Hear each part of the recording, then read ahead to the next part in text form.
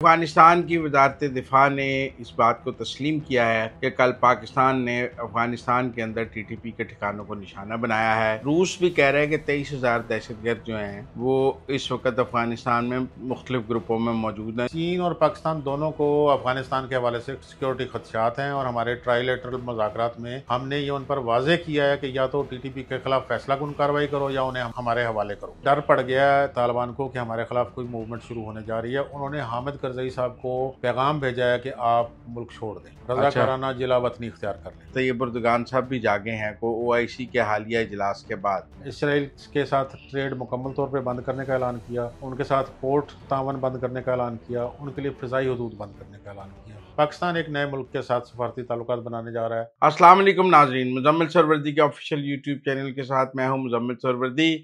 اگر آپ نے ہمارا چینل لائک نہیں کیا، سبسکرائب نہیں کیا، بیل آئیکن کا بٹن نہیں دبایا تو پلیز اس کو دبائیں، ہماری حوصلہ افزائی کریں۔ میرا یہ ویلاگ سیکیورٹی کے معاملات اور انٹرنیشنل ریلیشنز پر ہوتا ہے، اس میں پاکستان کی سیاست پر ذرا کم بات ہوتی ہے۔ ڈاکٹر آصف صاحب میرے ساتھ ہوتے ہیں اس میں۔ کل ہم نے بات کی تھی کہ پاکستان نے افغانستان کے اندر کچھ 6 جو ہیں وہ سرجیکل سٹرائکس کی تھیں، ڈرون اٹیکس کیے تھے، جن میں طالبان کے ٹی ٹی پی کو نشانہ بنایا گیا تھا۔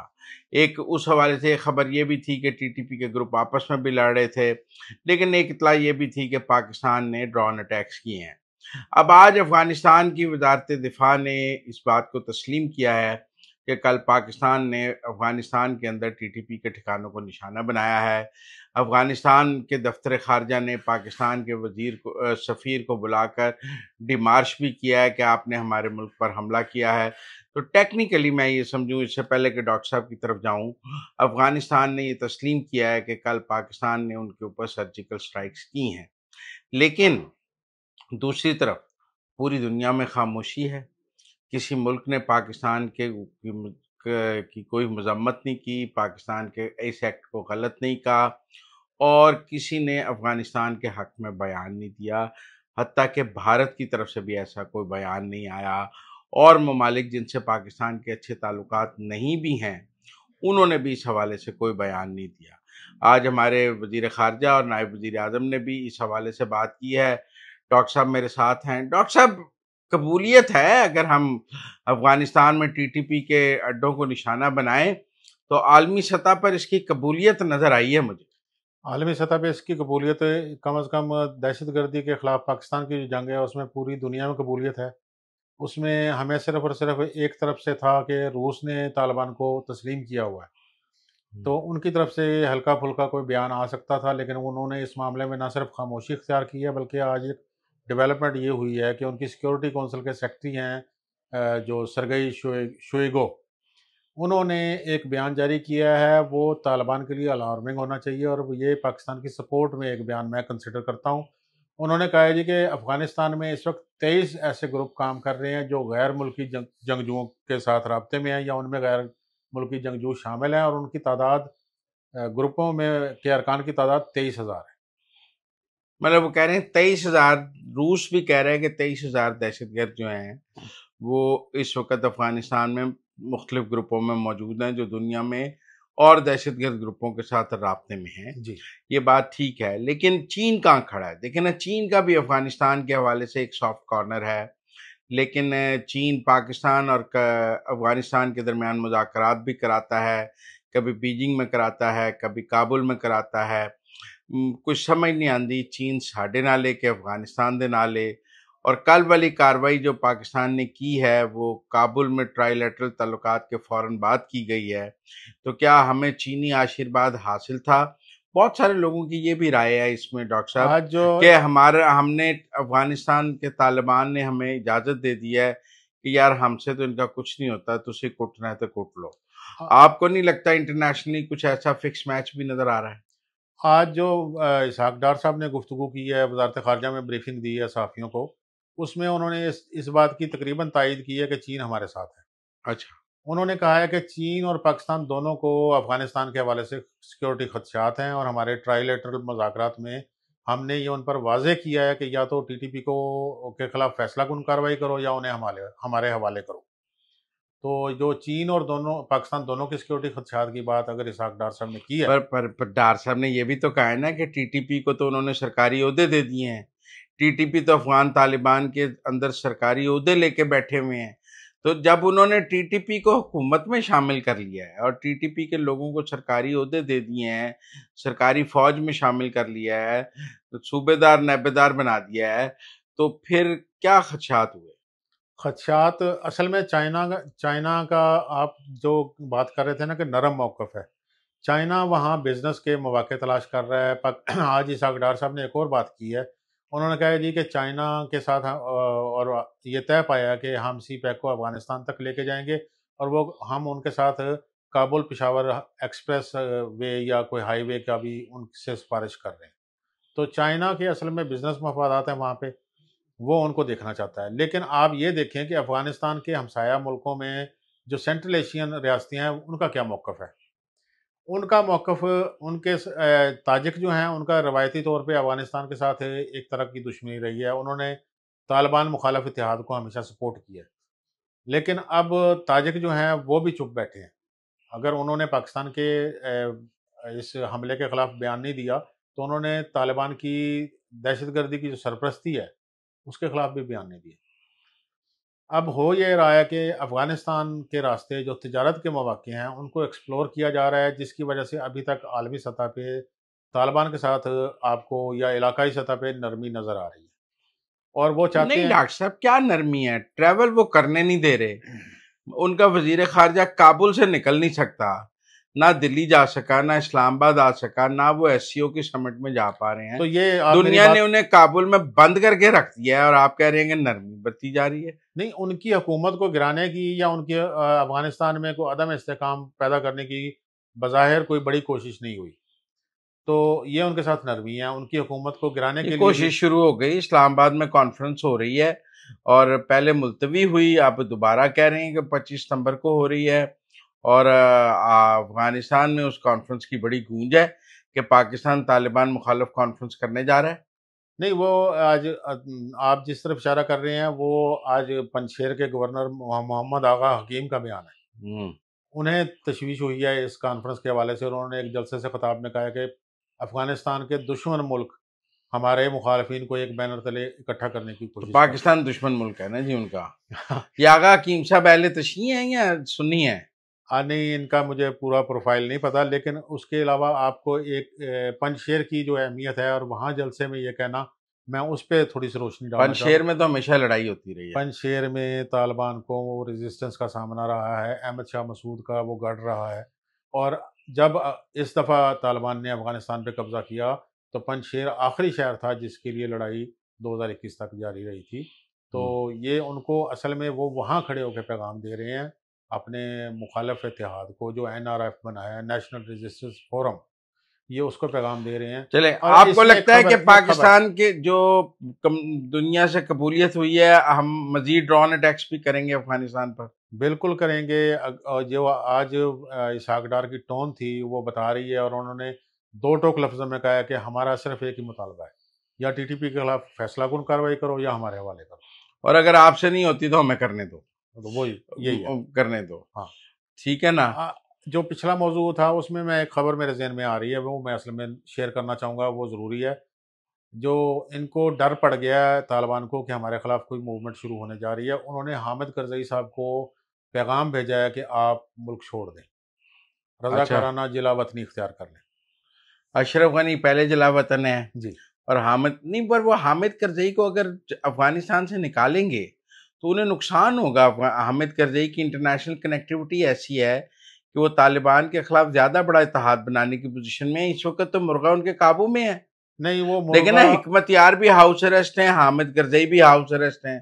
حامد کرزئی کے تو سیکیورٹی گارڈ سے انہوں نے اسلحہ بھی لے لیا ہوا ہے. حامد کرزئی صاحب کی ایک گفتگو ریکارڈ کر کے ملا ہبت اللہ کو پیش کی گئی ہے، جس میں انہوں نے ملا ہبت اللہ اور طالبان رول کے خلاف کچھ باتیں کی ہیں، جس کے گھر میں بیٹھ کے کر لی ہوں گی. اب اتنا تو نہ کریں، جلسہ تو نہیں کیا انہوں نے، جلسہ نہیں کیا. اپنے گھر میں وہ بیٹھے ہیں، ان کے گارڈ سے آپ نے اسلحہ لے لیا ہوا ہے، گھر سے وہ نکل نہیں سکتے، وہ ڈرائنگ روم میں بیٹھے کوئی بات کر لی احمد کرزئی نے تو وہ بھی نہیں اجازت ہے. اب آپ اتنا تو نہ وہ بھی نہیں اجازت ہے. وہ کہتے ہیں کہ یہ ہمارے خلاف یہاں بیٹھ کے لوگوں کو موبلائز کرنے کی کوشش کر سکتے ہیں. وہ سمجھتے ہیں کہ اندر سے موبلائزیشن نہ ہو, باہر کا پریشر ہم لیتے نہیں.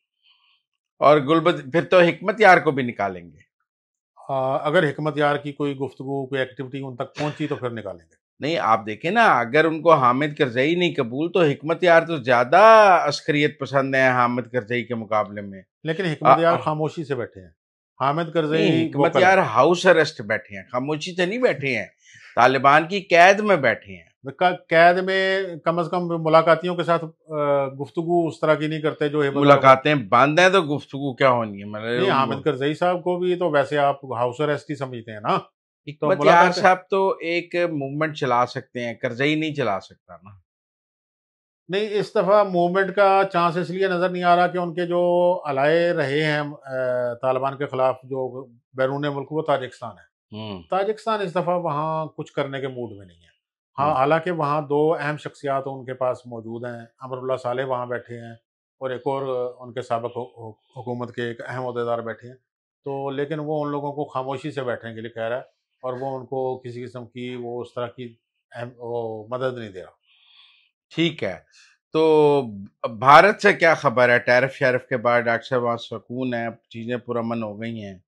بھارت میں سکون تو نہیں ہو سکتا کیونکہ کل رات دوبارہ جو ہے نا ان کے ٹرمپ کے جو خصوصی ایلچی ہیں برائے ٹریڈ پیٹر نوارو, انہوں نے ایک سیریز آف ٹویٹس کی ہے, ایک لمبا تھریڈ لکھا ہے اور انہوں نے وہ جو ان کا ایک موقف ہے انہوں نے دوبارہ دہرایا ہے. اور انہوں نے رشین آئل کے حوالے سے انڈیا کی اسٹریٹجک اتحادی ہونے کے باوجود جو انہوں نے یوکرین جنگ میں کردار ادا کیا ہے اس کو شدید تنقید کا نشانہ بنایا.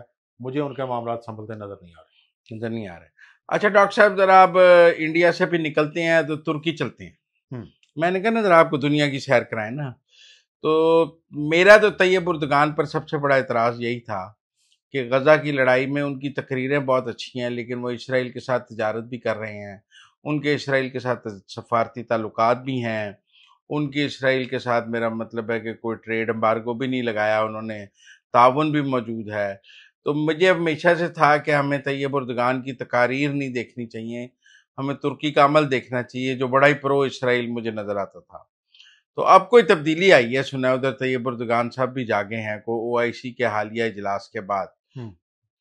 تو وہ تبدیلی یہ آئی ہے کہ وہاں ترکی کے پارلیمنٹ نے ایک ہنگامی سیشن کیا, اس کے بعد ان کے وزیر خارجہ نے ایک پریس کانفرنس کی, اس میں انہوں نے اسرائیل کے ساتھ ٹریڈ مکمل طور پہ بند کرنے کا اعلان کیا, ان کے ساتھ پورٹ تعاون بند کرنے کا اعلان کیا, ان کے لیے فضائی حدود بند کرنے کا اعلان کیا. لیکن جو آپ کہہ رہے ہیں کہ وہ سمپیتھیٹک ہیں اسرائیل کے لیے اور انہوں نے اچانک یہ کیوں کیا, تو اردوان اس وقت فرسٹریشن کا شکار ہے. ان کی فرسٹریشن اندرونی بھی ہے بیرونی بھی ہے. ان کی اندرونی فرسٹریشن یہ ہے کہ ان پہ شدید دباؤ بڑھ رہا تھا اندرون ملک سے. ان کی مخالف جو اس وقت پارٹی ہے ویلفیئر پارٹی, وہ بھی ایک اسلامی مذہبی ٹچ رکھنے والی پارٹی ہے. اردوان صاحب کی بھی یہی پارٹی ہے جو مذہب کے حوالے سے سیم ووٹ بینک ہے, سیم ووٹ بینک ہے. وہ جو جس کے میئر کو انہوں نے پچھلے دنوں پکڑا تھا, استنبول کے میئر کو, تو مخالف پارٹی اس وقت دباؤ بڑھا رہی تھی اسرائیل کے حوالے سے. اور جو آپ لائن لے رہے تھے کہ وہ اردوان جو ہیں وہ ٹریڈ کیوں نہیں بند کرتے, فضائی حدود کیوں نہیں بند کرتے, تو یہ سیم لائن تھی ان کی اپوزیشن کی. تو ایک تو اندرونی دباؤ بہت بڑھ گیا تھا, دوسرا انٹرنیشنلی ان کے ساتھ جو وعدے کیے گئے تھے وہ پورے نہیں ہوئے. سیریا کے حوالے سے جو ان کے ساتھ وعدے کیے گئے تھے, سیریا میں ایک سیکورٹی کے حوالے سے ان کا ایک خاص, وہ اپنا علاقے میں ایک اثر و رسوخ بڑھانا چاہتے تھے, وہاں پہ کوئی اڈہ بنانا چاہتے تھے, وہاں سیرین فورسز کو ٹریننگ کے نام پہ اپنے فوجی وہاں رکھنا چاہتے تھے. اس کو رجسٹ کر رہا ہے اسرائیل, اور جب اسرائیل رجسٹ کرتا ہے تو امریکہ رجسٹ کرتا ہے. امریکہ جب یہ ڈیل ہوئی تھی احمد الشرع کو اقتدار میں لانے کی, تو یہ ترکی کی فتح سمجھی جا رہی نہیں, پر صلح تو ٹرمپ سے محمد بن سلمان نے کرائی تھی. ہاں, لیکن وہ اس میں ترکی سمجھ رہا تھا کہ یہ ہماری فتح ہے, ہمارا علاقے میں اثر و رسوخ بڑھ جائے گا, ہمارا مخالف ترکی بشارت الاسد کے خلاف تھا نا, جی, تو انہوں نے احمد الشرع کے ساتھ دیا, لیکن احمد الشرع کے تو سارے ہی ساتھ تھے, سوائے ایران کے. ہاں جی. بشار الاسد کے بعد تو ایک روس اور ایران کے علاوہ کچھ تھا ہی نہیں. ترکی اصل میں کردوں کے خلاف بشار الاسد کی فورسز کو پہلے سے مدد کر رہا تھا، تو انہوں نے سمجھا کہ ہماری اپنی ایک حکومت آ گئی ہے اور ہم وہاں پہ اپنا جو چاہیں گے وہ کریں گے. لیکن جو بین الاقوامی سطح پہ ان کے ساتھ وعدے ہوئے ہیں، جو ان کو وہاں پہ اسرائیل نے کٹا نا احمد الشرح کو. ہاں جی، اور ان کے ساتھ ایک سیکیورٹی معاہدہ ہونے جا رہا تھا، وہ بھی نہیں ہو رہا. شام اور اسرائیل کے درمیان ایک سیکیورٹی معاہدہ متوقع تھا، وہ گولان کی پہاڑیوں کی وجہ سے ابھی رک گیا ہے. وہ اسرائیل کبھی بھی گولان کی پہاڑیاں نہیں چھوڑے گا.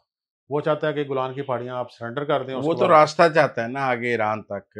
ہاں جی، اس شام سے راستہ چاہتا ہے. وہ جو سڑک ہے جسے N4 کے کیا کہتے ہیں، جو نکلتی ہے اور سیدھی ایران تک جاتی ہے، وہ چاہتا ہے اس سڑک پر اسرائیل کا کنٹرول ہو. بالکل. آنے جانے کا راستہ وہ اسرائیل کے راستے کے لیے کھلی اجازت ہو وہ آنے جانے کی. بالکل ایسے ہی ہے نا. ہاں جی. تو وہ ابھی احمد الشرح وہ اجازت دے نہیں رہا کہ آپ میرے ملک کے اندر آئیں، آزادانہ گھومیں پھریں. باقی جو ٹریڈ کے حوالے سے انہوں نے اعلان کیا ہے، وہ ٹریڈ میں ان کو اتنا بڑا نقصان نہیں ہے، کیونکہ ٹریڈ جو ہے وہ 5.9 بلین ہے شاید دو طرفہ، نہیں 7 بلین ہے. تو 5.9 جو ہے وہ ترکی کا سامان جاتا ہے وہاں. تو اسرائیل کو کوئی جھٹکا نہیں لگے گا، کیونکہ باقی 7 بلین میں سے 5.9 اگر ترکی کا ہے تو باقی اس کا کیا ہے؟ اس کا 2 بلین. ہاں جی، 1 بلین. 1 بلین. تو اس کو لیکن ٹھیک ہے، چلیں تھوڑی بہت غیرت جاگی نہ طیب اردگان کی، نہیں تو وہ ٹریڈ بھی کر رہا تھا. دیکھیں ابھی بھی اس نے اسرائیل کے ساتھ سفارتی تعلقات ختم نہیں کیے. سفارتی تعلقات کی اچھا ایک خبر آپ کو دوں. آج پھر پاکستان ایک نئے ملک کے ساتھ سفارتی تعلقات بنانے جا رہا ہے، جس کے ساتھ اس کے پہلے نہیں تھے. وہ کون سا ہے جی؟ آرمینیا. آرمینیا کے ساتھ. اچھا، ہم نے آرمینیا کو کے ساتھ نہیں تھے کیونکہ ہم آذربائیجان کے ساتھ تھے. ہاں جی، ہم ان کو تسلیم نہیں. لیکن اب آذربائیجان اور آرمینیا کی صلح ہو گئی نا. صلح ہو گئی. اب آذربائیجان ناراض نہیں ہوگا. ٹرمپ کے ساتھ بیٹھ کے انہوں نے صلح کر لی. پاکستان ایک اور وہ جو علاقہ تھا متنازع وہ انہوں نے ٹرمپ کو دے دیا، اور وہاں ٹرمپ پیس انیشیٹو شروع ہو گئے. تو اب ہم ٹرمپ کوریڈور تو اب اگر آرمینیا کے ساتھ ہم تعلقات بناتے بھی ہیں تو اب آذربائیجان کو کوئی اعتراض نہیں ہوگا کیونکہ ان کی صلح ہو.